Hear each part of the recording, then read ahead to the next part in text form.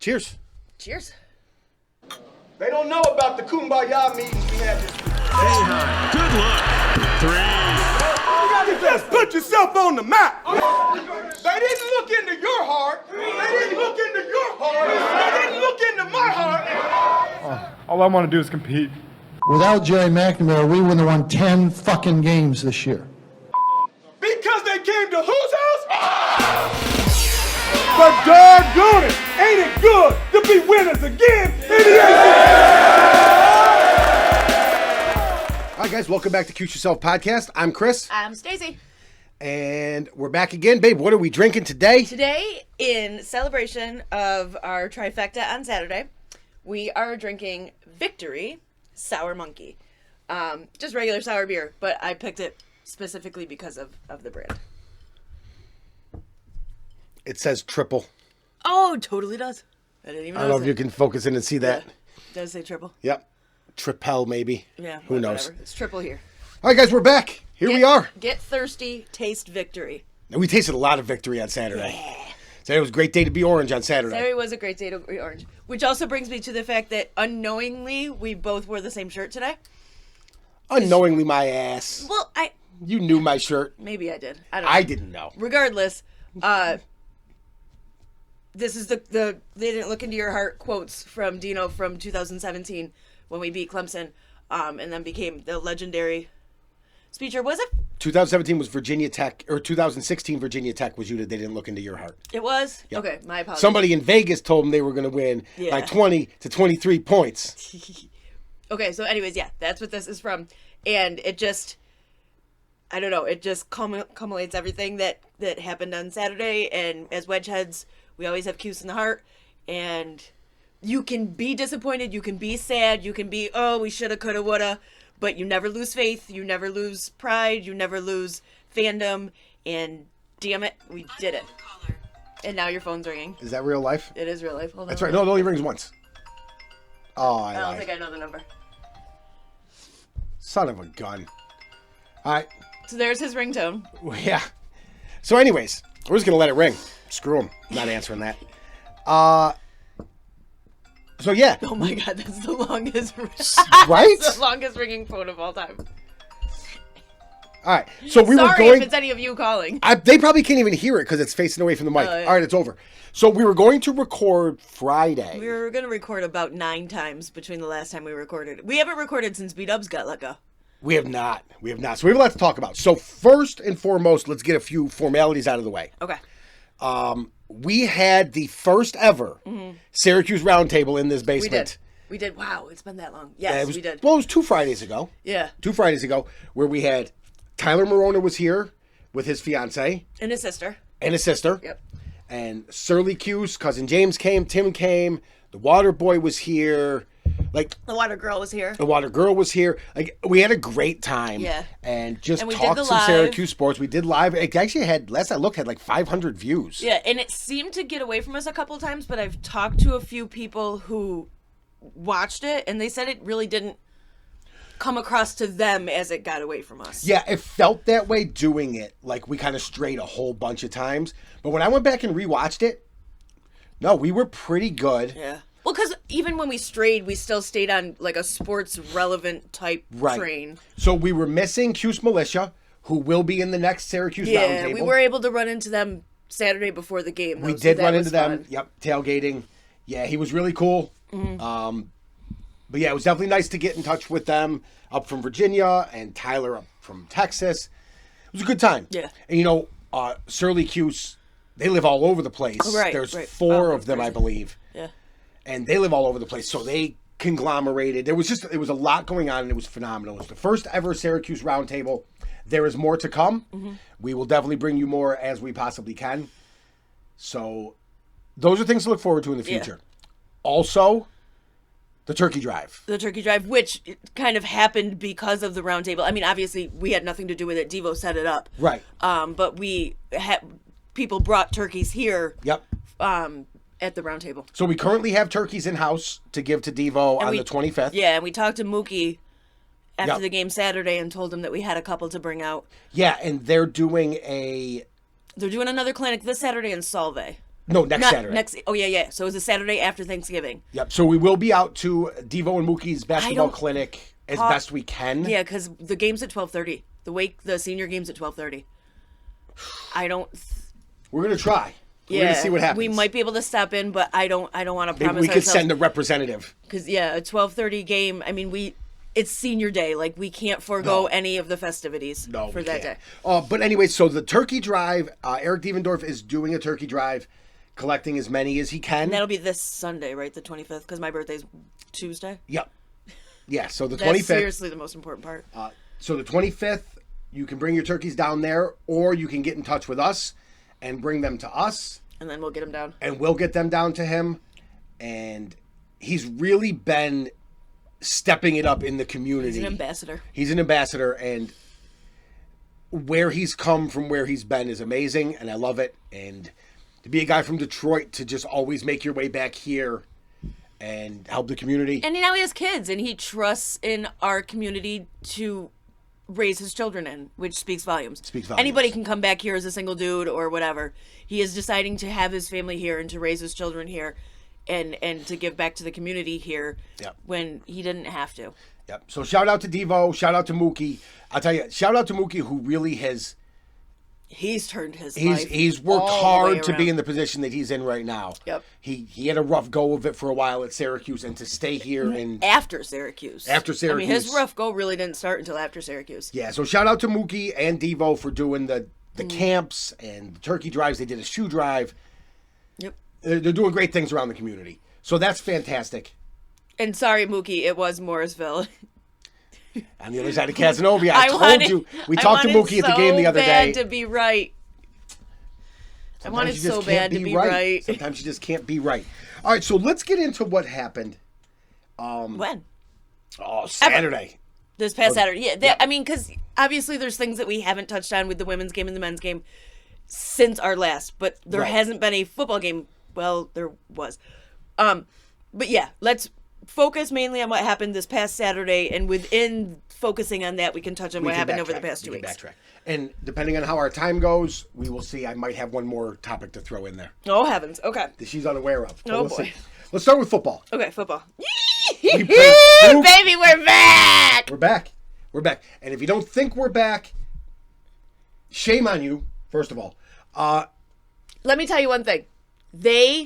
By they, I always mean those pumpkin pies on the field, never have to earn our attention. Proceed. Yeah, that's Proceed. Yes. So, man, what a game they had on Saturday. They came out with smiles and muscles and heart and difference, and from whistle to whistle, the whole game looked different. The whole game looked different. If you've watched any of our podcasts previously or happen to follow me on social media for the last 3+ years, I've tried to like Brian Ward as a defensive coordinator. Brian Ward as a human being is probably a fantastic person. He's married and has kids, and I hope all the best for him. I had a breakdown when because he's still a person. Right, he's still a human, and I have nothing against Brian Ward as a person. But I questioned his defensive coordinator capabilities for a long time. I think he would work great in the NFL. Maybe his schematics are a little more tuned to the NFL, not the ACC.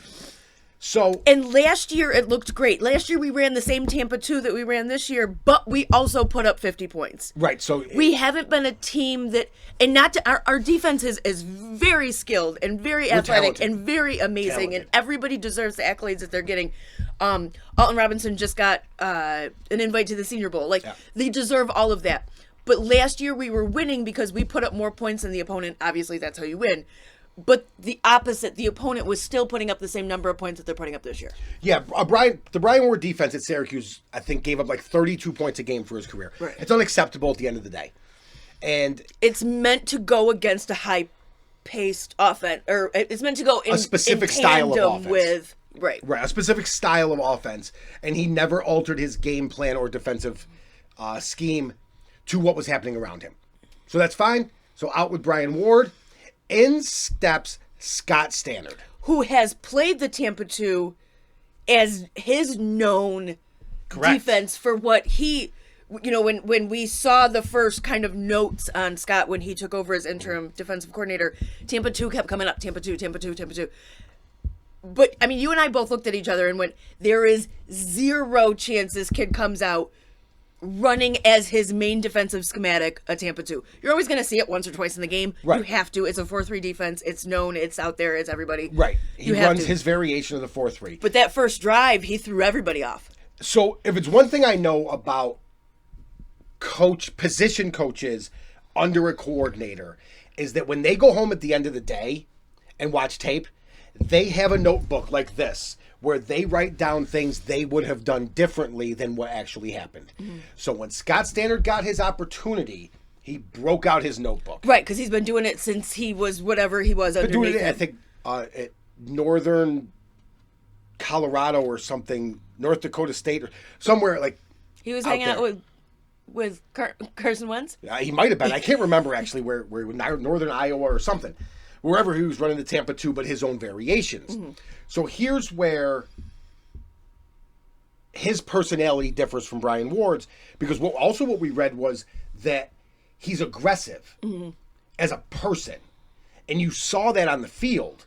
His blitzes were aggressive.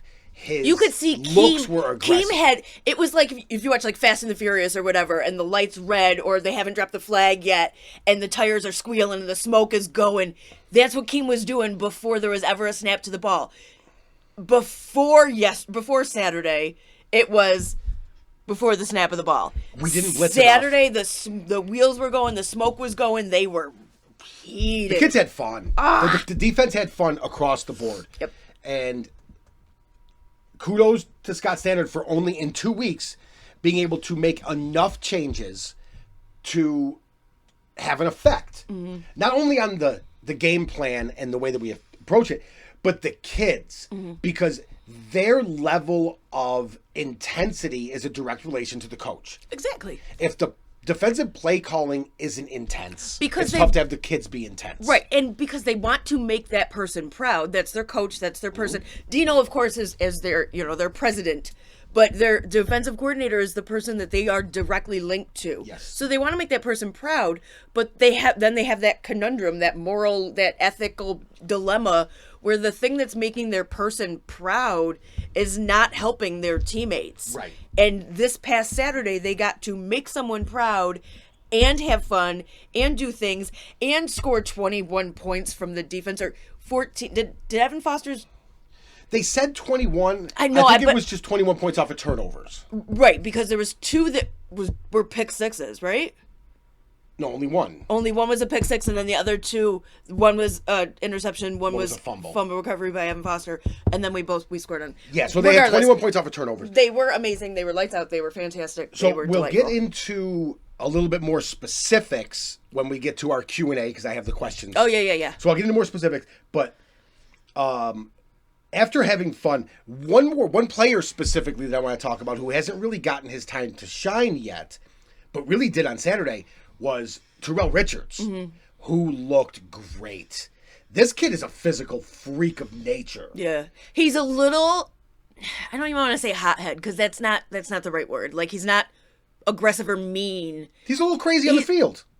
And But that's not, fine. but not negative. You know what I mean? No. Like, he's not, like, I'm not saying, like, he has off the field antics or whatever, but he's just No. like, he is, when he touches that turf, it's all in. Well, obviously, I'm not going to compare the two because it's not the same. But Lawrence Taylor on the field, Lawrence what I Taylor on the wanted to field say. was a lunatic. Right. I mean, well, He had his off the field issues, but every on the field once was in a while on a lunatic. Tuesday, the kid got a little crazy off the field, too. Right, but so Terrell Richards is a physical specimen, and from what I was hearing preseason was that he was having a hard time adjusting to some of the schemes from Brian Ward, but maybe because they didn't fit his nature. Right, but we also, during the preseason, heard from some of the other defensive players and even some of the offensive players that we had come in contact with that like, the kid never left the weight room. Like, he was amazing The kid, and he has a ton of athletically. talent, yeah. Yeah. So And then, we of got course, to see him a lot Saturday. right, and then we got Bareback. And then we got Bareback. And you say Hold Bareback? on. Yes. Not what I meant. I mean, what You I have to meant. beat that out. We got McKinley Williams back. We actually kept our clothes on during the entire game, which was Right? neat. So we got McKinley Williams back, who showed why he's so missed in the games he's not there. Eats up he's the a line. force. Yeah. He's an absolute force out there. And with the red shirt and him coming back next year, that's going to be positive for our defensive line, who loses some people with Alton and Kendall both being gone. But Terrell looked really good. Had a pass broken up. He was out there more in the passing downs than in the running downs. But he looked really good. Looked really, really good. So, all in all, I like what Scott Standard did. And we will see more at Louisville. But I do have a little bit more breakdown when we get to the questions of something to talk about. Okay. You know who else looked really good, babe? The offensive line. I mean, the offensive in general, but everybody, all the negatives to the offense were typically based on one particular idea. So I would like to now put the positive Spin onto on that same idea. So the offensive line, there was a little bit of a switch. Remarkable. Yeah. We've The made a couple switches in the last couple weeks. Right. And it wasn't for, and nobody came off the bench in this particular game. It was the same 5 guys. Yep. There was just, they took Aaron from center and put him at left tackle, which was his natural position from high school. And then when he came to Syracuse, he played at center and did an amazing job. But then this preseason, this offseason, he won the spot at left tackle. So he started to lose weight from the center position. And then in whatever and everything happened, and it is what it is. And the whys and whos and what ifs aren't our business. Right. But this past week, we were able to see Aaron go back to left tackle and Carlos Vettorello put at center, who's about 25 or 30 pounds bigger than Aaron. And it made somebody actually posted, how did Brian Ward getting fired improve our offensive line? Because it literally, that switch from Aaron to left tackle, who is just a little quicker off the jump than Vettorello, and Vettorello at center, who is just a little bigger than Aaron, that switch made all the difference. Difference. And shout out again one more time to Matthew Bergeron, who's just owning his position right now. There was one part where they showed like a bunch of people sitting around a heater because it was cold down there, and Bergeron was literally like sitting back in his chair, the front 2 feet up, just like, I'm from Canada, dude. This ain't that cold. Somebody get me a beer. It ain't that cold. So a question got posted online a bunch of times, and I want to address it because nobody knows the actual answer, but I do have a theory. Okay. So the question is, what took so long to move Vettorello to center and Aaron Service out to tackle? So I have a theory. My theory is that Vettorello didn't come in as a center. No. Has no experience as a center. It took this stretch of time in practice for him to learn the position. You don't just put somebody out there to snap the ball. Right, you're not just able to snap the ball tomorrow. Like, oh, hey, guess what? Left tackle. You get to snap the ball next game. Yeah, it really. So I think it's it took not that practice easy of a time. position. I think it took practice time for him to learn the position, the skill set involved, and for Dino and Mike Cavanaugh to be comfortable enough to make the move. So that's my theory on why it took so long. But now that that's happened, Can I tell you another? it was crazy how good they did. Yeah. And again, just a complete theory, but it's possible that maybe they thought Heckel was going to come back sooner than and which brings me to another topic that I kind of wanted to touch on if the road brought me there, and just so happened it did. The medical team for Syracuse University places Heckel's well-being ahead of the win of the team. Yes, sure. Week 3, it would have been great if he was feeling good to get him back on that line. But he wasn't 100%, so the medical team said, you know what? No, he's not eligible to play. You know where that didn't happen? Alabama. Yeah. And yes, of course, I just read an article that said the surgery today was completely successful and everything is rainbows and roses. It's not. No, this is a potential career-ending injury. It's a potential, for Tua. right? And last year, Tua was, obviously I'm talking about Tua. Last year, Tua was put in a position to play on an injury for 6 games. Never got taken out. This year, he got taken out and then brought back in, possibly too early. And yes, it was a completely unrelated injury. His injury was to his ankle originally, and this time he dislocated his hip and had a posterior injury as well. Yeah. But who's to say that he didn't step wrong because of his injured ankle, and that's what blew out his hip? and then he had to go under surgery today that is season ending when he was supposed to be number 1 in the draft. He's not going to be number 1 in the draft now. No, he won't be. And if he comes back to college next year, that's fine. Whatever he chooses is fantastic. But I just feel like the medical team or Saban or whoever possibly set him up in a negative way, whereas I give all the kudos and all the love. And Mr. Elmore actually touched on this a little bit too and said that it's not all about W's. And I get that you're Alabama and I get you have a street cred that you have to keep, but these kids' lives are more important than your street cred. And the minute you let that go another path, you need to recognize. I agree. I think, again, all kudos to our coaching staff and our medical staff for not putting players in a position to get hurt. We lost Iffy for 2 games. Mm-hmm. We lost Trill for at least half a game, maybe a game and a half. Did he miss the next game? I think he did miss the next game. Yep, Cisco for 2 games. So we've missed guys because of injury. McKinley Williams didn't come back until it was... We could have used McKinley Williams at times during the season. Yeah. But you know what? We never put them at jeopardy. And shout out to the coaching staff and the medical staff for that, because their health and future is more important than the wins, regardless of what other people might think. Yep. So, yes, good tangent. And now my soapbox is done. And now your soapbox is done. So, shout out to the offensive line who did fantastic. Yes, you did. I have one specific play I want to talk about. Okay. The reverse to Taj. Ooh, yeah, that's a fun one. Because there's a player on the field during that play who showed me the type of kid that he is and person and player that he is. And it won't show up in any box score, in any stat line anywhere. And that was Tommy DeVito. Mm-hmm. I did see a couple times when I was following social media right after that happened, there was a couple, Tommy just threw 3 blocks. Yeah. And he went outside of his position, obviously. Oh, the play was drawn up that way. That's what he was, there was an intent for him to do that, but he did it. Kind of. Right, like he not necessarily had to, but he knew that was a possibility, and there he went, and it was awesome. And what you will normally see on a play like that, so what happened on the reverse, if you don't remember it or didn't see it, there was a sweep pitch to, I believe it was Mo, who then reversed it to Taj. Tommy gets out in front to lead block.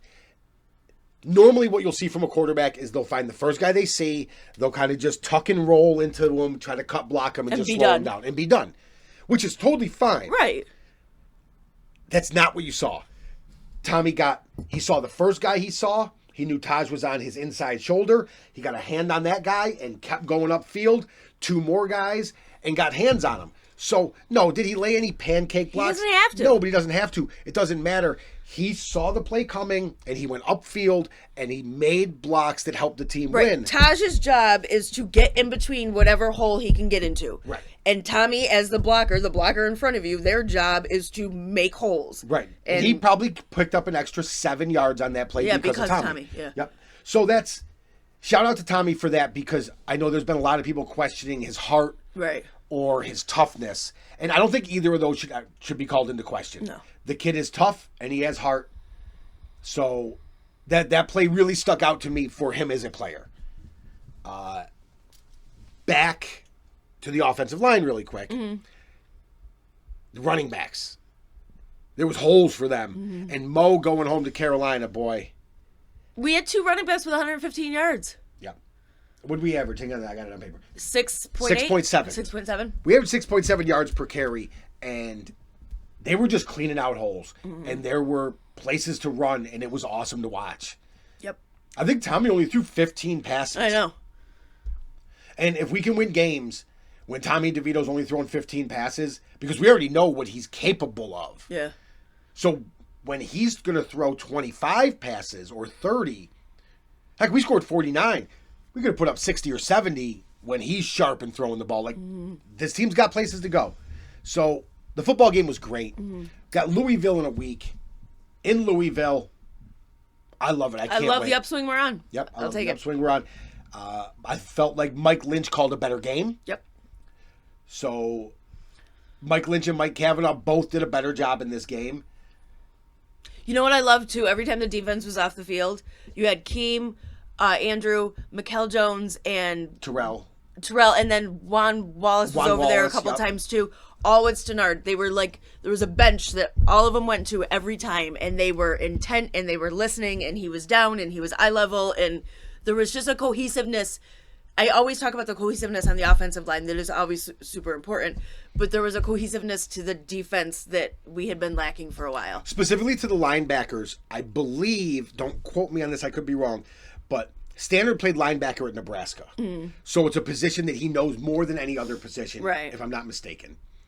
And when those guys came off the field and he had them in a group, they were intent, like laser focused listening. So it was great to watch. Which before I feel like because they're the senior guys kind of on the team, they were left to their own devices. Yeah. There was so much for me to go over here and work with the secondary or whatever as Brian Ward that these guys kind of had to just come off the field and do what they do. And whereas this week it was we're the Ohana, like, let's talk this out. Yeah, it was awesome. It was awesome. So that's what we got for football. Yeah. For now. We're going to get to a new segment of Q&A towards the end here. Okay. Let's talk about women's basketball. Women's basketball. Because that doesn't get nearly enough coverage in this area.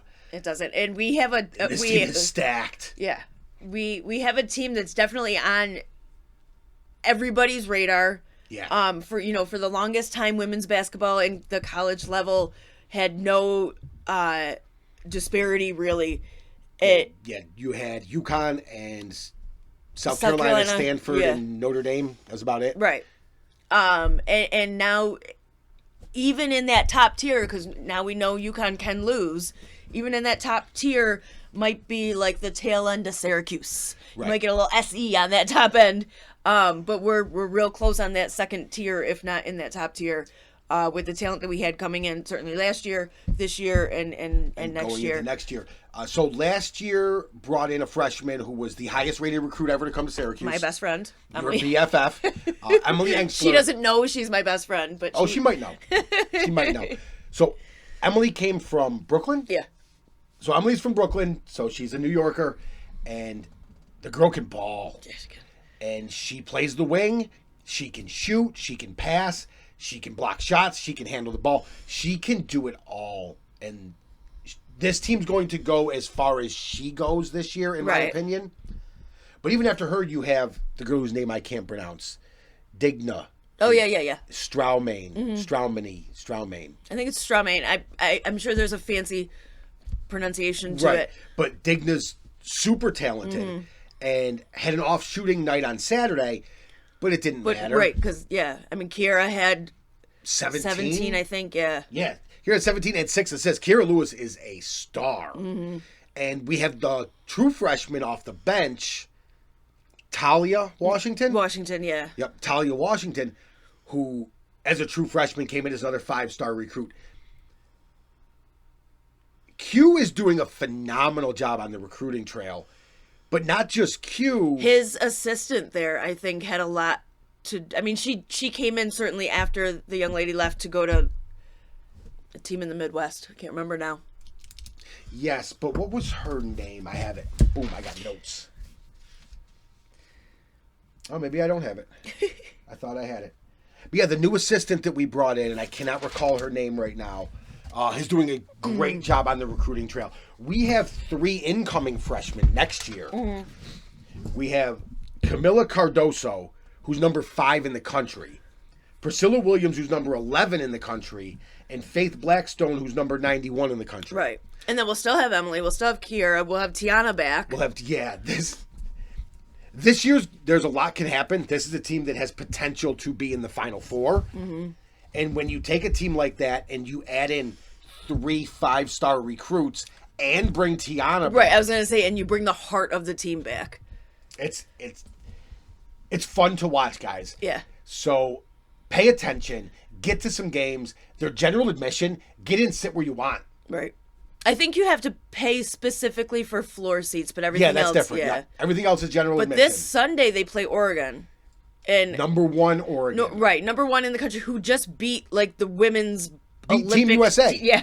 They just beat Team USA. They have a girl, and I don't know her name because I didn't do enough research. They have a girl at Oregon who, by the time... I was just reading about her, and I has like 20 career triple-doubles. To put that in perspective, Tiana has 1. Like, this girl has 20 career triple-doubles at Oregon. She's unreal. We have a team full of shooters, and we can play really good defense. They're going to need the crowd to get them through that They're game. going to need the wedge heads. Wedge heads! We need It's everybody a 4 out o'clock Sunday. game. It's 4 o'clock game next So Sunday everybody at home. can still sit home and watch the 1 o'clock NFL Yep. games. This is #1 team in the country. Yeah. This is a potential national championship team who just beat Team USA. But you know what? They're coming here. And crowd can make a difference. Crowd can make a difference. And they play on that funny court in Oregon. Yeah. They do play a funny goal. Oh, ESPN just sent me a message letting me know about the game, 4 o'clock Sunday. Yeah. So, yeah, a few names for you guys to just remember when, because women's basketball doesn't get enough coverage. Emily Engstler, superstar, true sophomore, got, And just a delight of a human being. yeah, a really fun person, too. Got 2 seasons after this one still. She didn't have her braids in for the last game. She did not. She did not. And I think that's why she went 0 for 3 from behind the arc. Okay. So, Emily, Put your braids back in, girl. put the braids back in. She does that half braid. Yeah. Yeah, put the braids back in. It'll help you with your shot. It's aerodynamic. It's aerodynamic. But yeah, her and Talia Washington, Kiera Lewis, Digna, Yep. Digna, No, whatever. Digna, yeah. Digna. Across the board talented. So, guys, get out to some women's games. We're going to go to as many as possible. They're inexpensive. Sit where you want. We'll all go together. Wedge heads for life. Let's make it happen. So last but not least on our talking points for the day, Our boys b-ball. men's basketball. And there's a lot of talk and a lot of questions around right now. We will touch on some of the questions in our Q&A. But let's first start with the game against Seattle. Okay. Babe, when was the last time you can remember we had 5 guys in double figures? 1979. Right. So we... 5 It's been a players. while. Yeah, it's been a while. Dolezaj had 19. JG3 led the way with 24. Elijah Hughes had 17. Yep. I think Quincy had 17.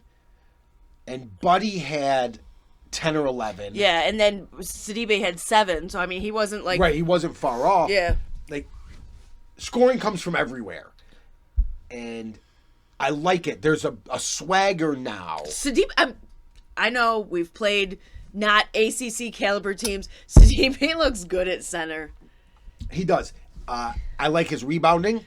I like his hustle. He shows an ability to put the ball in the basket at the rim. He still needs to work on his footwork. Yeah. He needs to get a little cleaner at the basket. But I like the progression I've seen from him. He's going to be effective in the middle. Jesse Edwards didn't get any significant time. I hope to see that coming forward because I think the kid really has positive benefits for us. Yeah. Specifically with Robert Bracewell and Jesse Edwards, the reason we're not seeing as much of them as people want, especially my boy Bobby Caldwell, is they're still learning the 2-3 zone and the intricacies. That and, like Boeheim said in his press conference, if you want consistency within a team, you can't just put people in for 10 minutes a game. Right. Like, There yes. has to be continuity. Right, yes, of course. We were, winning by a large margin on... Tell them large margin, sent ya. We were winning by a large margin on Saturday, but that doesn't and that's, of course, when we all jump up and say, we want Belby in, we want, put in Nick, put in Chris LaValle, of course, and because that's when you... But that's for the ACC play. You're going to see that in the 1 minute left, 2 minutes left in the ACC play when we're up by a margin because that's when our team already has continuity. Yep. And, you can't, unless you're going to play 5 guys and 5 guys, you can't sub in, sub out because these kids are still learning to play with each other. Right. So, yes, they're still developing continuity. And if it's one thing all of you should know, and I definitely know, is that Boeheim is way more stringent on his defensive capabilities than his offensive. Right. We know that Bracewell can score the basket. Right. We know that. He's got- silky smooth. He's got a great jumper. He's super athletic. He got pulled the other day because he didn't put his hands up. Because he didn't, he missed a rebound and like a 6-foot guy got a rebound over him. He didn't close out on the wing shooter enough times. Yeah. So he got pulled early. And I believe that he will get it. I think that he will get there. Yeah. Edwards is the same way. We know he has offensive capabilities. He's shown it and he's got skill there. But until he understands and learns that center middle zone a little better, he won't get the time. Right. But they'll get there. I think we will end up playing 8 for the majority of the season. And you know what? So will every other team. You don't see many teams with 9 or 10. You don't. 8's a solid number. I You would like to see don't. 8. It's always he only plays 7, he only plays 8. So does everybody else. Right. So does everybody else. So, I would like to go on record.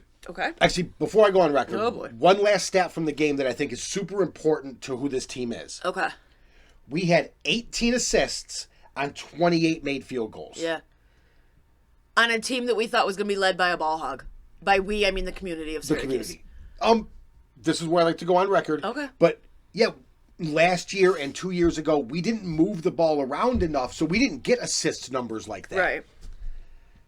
Right. So before the season, when JG3 committed, I'm that guy.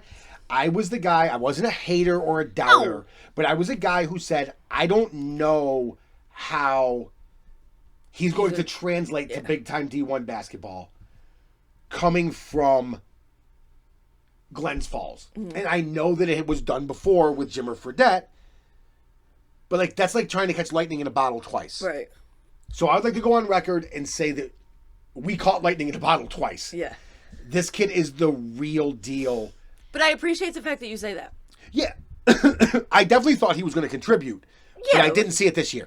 And then Boeheim again said in his press conference, they're like, well, how does JG3 like hold all, the team on his shoulders? He said he's had to carry the team for 4 years. Right.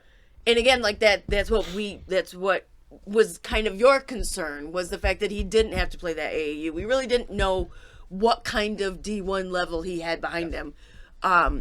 You saw it, you saw the skill, but would it translate? And he's had to, for 4 years, he's had to carry his team, and he's done it well, and he's obviously done it with pride, and he's obviously had a very good coaching support system behind him. Yeah, he's And got a he great is knowledge for the G-Mac game. Jr.. He's got a great knowledge for the game. He's got a fantastic IQ. His ball handling is way better than I thought it was. And he But is most image important- of JG or of GMAC. Most important, what I see from him that leads me to believe that he could be legendary in an orange jersey. Yes, I'm going to get yelled at for going too early, but here's what I see. This is a kid who came in and who a lot of people, myself included, wasn't sure that he knew how to give the ball up, because he just was always counted on to score in every circumstance. Right. His court vision, which is almost unteachable. You cannot coach court vision. Yeah, you can coach stance, you can coach position, you can't coach. You can coach ball vision. handling. You can teach Yeah. dribbling. But the ability to see what's happening in front of you as or before it happens. His passes inside, we haven't seen in years. No, the kid's got great vision. He's a sick passer. He's thrown more alley-oops in 2 games than we've seen. Heck, we saw all last season. Mm-hmm. So, And they were like passes that you almost, like Frank would throw inside to Chuk in. Like you could see that it wanted to be a good pass, but it just wasn't like stiff enough. right. These No, are. he's decisive. He's he just gets it completely there. fearless. And he's a great passer. And that is what has landed him in the starting role. Right. Jalen Carey now has played a total of 5 minutes in the last 2 games. He started, played 5 minutes, and then sat that game and sat the whole next game. I am pulling for Jalen Carey. I am too. He looked a little pouty on the sideline, Mm-hmm. but we have to remember he is still a 19, 20 at the very oldest kid. Yep. Who I have a 19-year-old. He gets pouty. It's okay. We'll give him the game. He's a 19-year-old kid who's been told his entire life, That you he are is- the end-all, be-all of basketball, and that you're probably going to end up in the NBA. Yeah. Well, And now he's sitting down. right, and now he has to find his level, work hard, and earn his minutes back. You know who had that level? Deion, Waiters. who just happened to be in town for the game. Call it coincidence, call it whatever you want, but Adam Weitzman, I thank you times a million for bringing that young man to the game on Saturday, because Saturday was when Jalen Carey needed to see him. It couldn't have happened the Saturday before. It can't happen this Saturday. That was specifically the day that Jalen Carey needed to see him. Yeah. So it was And great he stood having up at the Deion podium. back. Yeah. And he did, and he talked, and You went- Dion was a victim of that, and he Dion went wanted from- to start. Yeah, he went from doghouse to 4th in the draft. Yep, and never started a game. Right. Never started a game. But his freshman year, that 6-man off the bench role, he wasn't ready to take. By his sophomore year, he embraced it, owned it, became the number 4 pick in the draft. Be the hype man. So At the end of the day, the starting 5, it's an amazing accomplishment. It's an honor. But I'd want to be the 6th man. Be the hype man. So I'm hoping that Jalen Carey can right the ship, Yep. get his head screwed on right. And what he needs to do, in my opinion, is play within himself and within the system. He is an athletic, top skilled kid. He Yes. can do this. Yeah, he's not a scrub. Not even This a kid little is bit. not a scrub. This kid is a high recruit Yep. with a ton of talent and a ton of athletic ability. He needs to learn to stay within the system, to know that when you give the ball up, you will get it back at some point in the movement of the offense if you let it happen that Let's way. not forget that he was also the point last year before Frank came back when the system wasn't set up like that. Right. The last time he actually played minutes was when this in the system of if you gave it up, you don't get it back, and in fact, the other team's going to rebound and score against you. Right. He is a great defensive guard, probably our best defensive guard. And I would like to see him get minutes again, but he needs to work. Boeheim doesn't just give things away. No, and nothing worth having is easy. Right. So go get it. So Yeah, Jalen go Carey, get it. You've had to work your whole life. You had Yep. to work your whole life to get a D1 scholarship. Put in a little bit more work, baby, because you know you got it. Go get your minutes back. You know Go you get got it, some yeah. of them back. You got it. I'm a guy, as I sit here right now, I do not want Jalen Carey to transfer. No. But if he does, if he thinks that that's what's best for him, I wish him nothing but the best of luck. Absolutely. I don't want him to transfer because I wouldn't want him to start over. But at the end of the day, I want him to do whatever he feels is best in his soul. And I think right now, what's best in his soul is to stick with Boeheim because regardless of the minutes your feet touch that court, I think Boeheim is the one to right that longevity ship the best for him. So I'm pulling for him. I hope he can get his head screwed on a little right. It's not an easy thing. No. And he pouted for a couple of games, but he's 19 and we're going to But it's also not completely his fault. Like you said, he's been told his whole life he's number 1, and now all of a sudden he's number 6.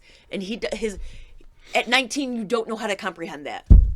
You don't. Right. So pulling for JC could use your athletic ability this season for sure. Absolutely. We're Especially behind with you him whatever you and choose. Bryson and Buddy and JG3, like the 4 of them for the next 2-3 years could be great. Yep. Could be great. So love what I'm seeing from men's basketball. Yep. I love the potential. Make the tournament, and we got a shooter's chance against anybody. Absolutely. Oh, So- yeah. For sure. This brings us to a new segment, Okay. and I'm going to call it You Asked For It. No, Jesus. You asked for it.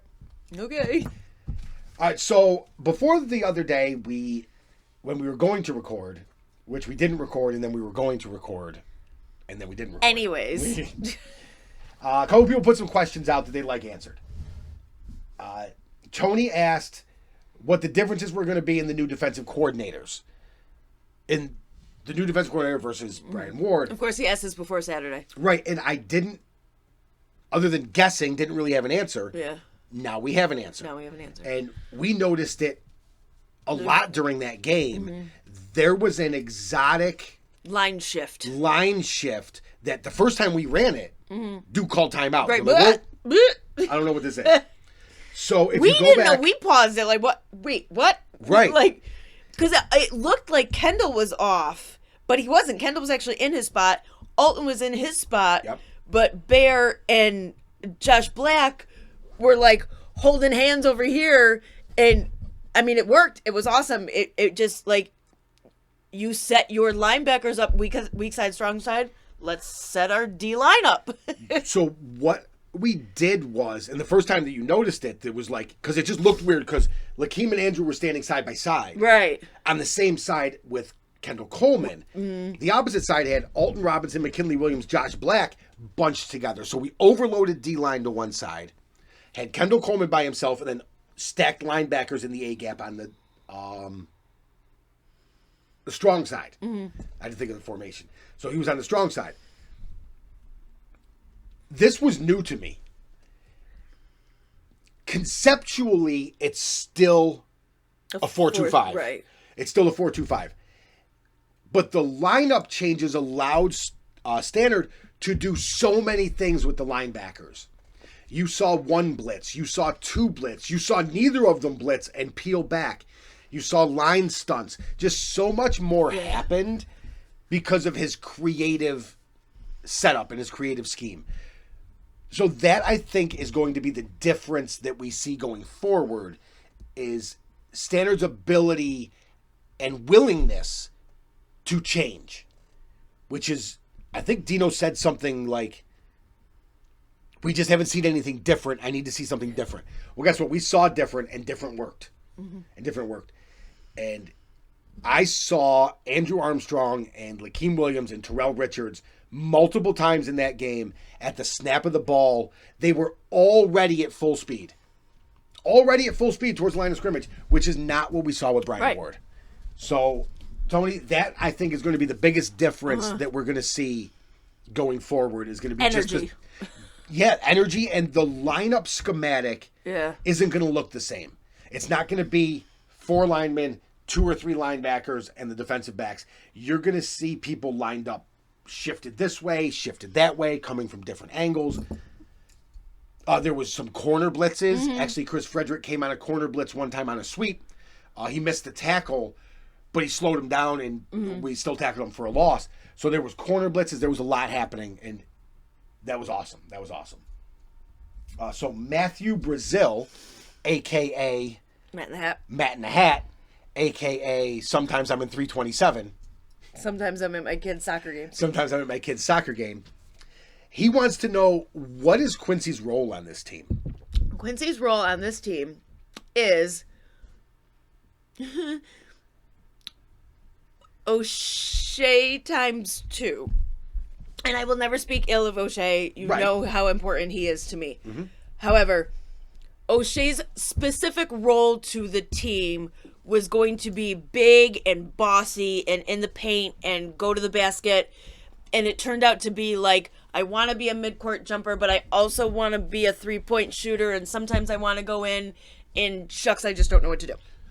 Quincy's role, he's a little bit bigger than O'Shea. He looks like he's a little bit quicker than O'Shea. He loves to shoot from the outside, but not Seattle, but the game before that. Yeah, we were there. Anyways, why can't I think of who the heck we played? God, I have no idea. Who the heck did we play? We were there. We were there. But yeah, so he took a couple perimeter shots, and Bayhem was like, "Ew, so why don't you come sit over here?" And then during the Seattle game, The leash got him. Yeah, stop it. There is no such thing. That's the last thing we need right now. But yeah, you saw it in the Seattle game more so in the second half, that he was driving into the basket, and he was kind of showing his weight, and that whole and rebounding. and just being that Trevor Cooney dude. That go to the basket just get and be in big. there. Go to the basket and be big. So that is going to be his role. I think you're dead on with this one. His role is going to be the role everybody hoped O'Shea would have. And if every once in a while he could just yell out how to say his name halfway through the game, that would make me happy too. Gary A. No, I like the way he says it better. Yeah, obviously he speaks that parlez-vous de français. Yeah. So yes, that's going to be his role, in my opinion. Aaron asked about JG3 at point guard. Yeah. Is this is it the right move, and how's he going to do? And we waited, and I think it's the right move for now, and we know that Bayham's not afraid to change if it isn't the right move for then. I think it's the right move for now. I think he's a hype guy. He's a hype man, so I think the team's going to rally around him. I think that, like we said before, Jalen was having his whatever. We know he can get there, but he's not there right now. And at the end of the day, everybody wants to win a game. And if something is happening for you not to win a game, and you have an option of something that's going to help you win a game, you go with the option that's going to help you win the game. And right now, JG3 is that option. Yeah. The ball and offense move better with him in the game currently. Jalen can get there, and this is, I think, a good chance for him to learn. He couldn't learn it last year because as much as I loved Frank Howard, I loved Tyus Battle, they didn't move the ball either. No, because they had no confidence in their teammates. So Jalen didn't learn how the offense runs last year because we didn't actually run it. Right, so you can use none of his minutes last year as a positive for him this year. Right, he didn't learn anything in that time last year because we didn't run an offense. Basically a freshman as far as it comes to. I mean, this team is. Yes, Eli has been there. Obviously, Buddy's a junior or a sophomore, and Marek has been there. But for all intents and purposes, like, this team is a baby team because the team was built around Tyus and Frank. And O'Shea for 2 years. So I think JG3 is the right move at the exact right time. I think that Jalen Carey will work his way back into some minutes. I'm hoping. If not, then that is what it is too, because we also have Bryson Goodine, who is a tremendous athlete, and we already know he can shoot. He won the 3-point shooting contest over some guys who are legit 3-point shooters. threats. Yeah. So we have talent. Yeah. We have talent, and it's just got to all come together. So, Aaron, yes, I think that JG3 was the right move at the right time, and I think that he is going to run the offense better than we've seen. In a minute. 3 years, 4 years? More than that. Because since before Tyus, before I think even better than John Gillen, who I think ran the offense good. He ran the offense great, but he was a grad, like, he didn't He was a have a grad lot of one-year grad time. transfer. Yeah. Did you see that he wants to coach at SU? I did see he wants to coach at SU. I would say since Michael Benajay. Yeah. I would say was the last time our offense ran like this since Silent G. And that was because he was just... Well, he was with Gillen.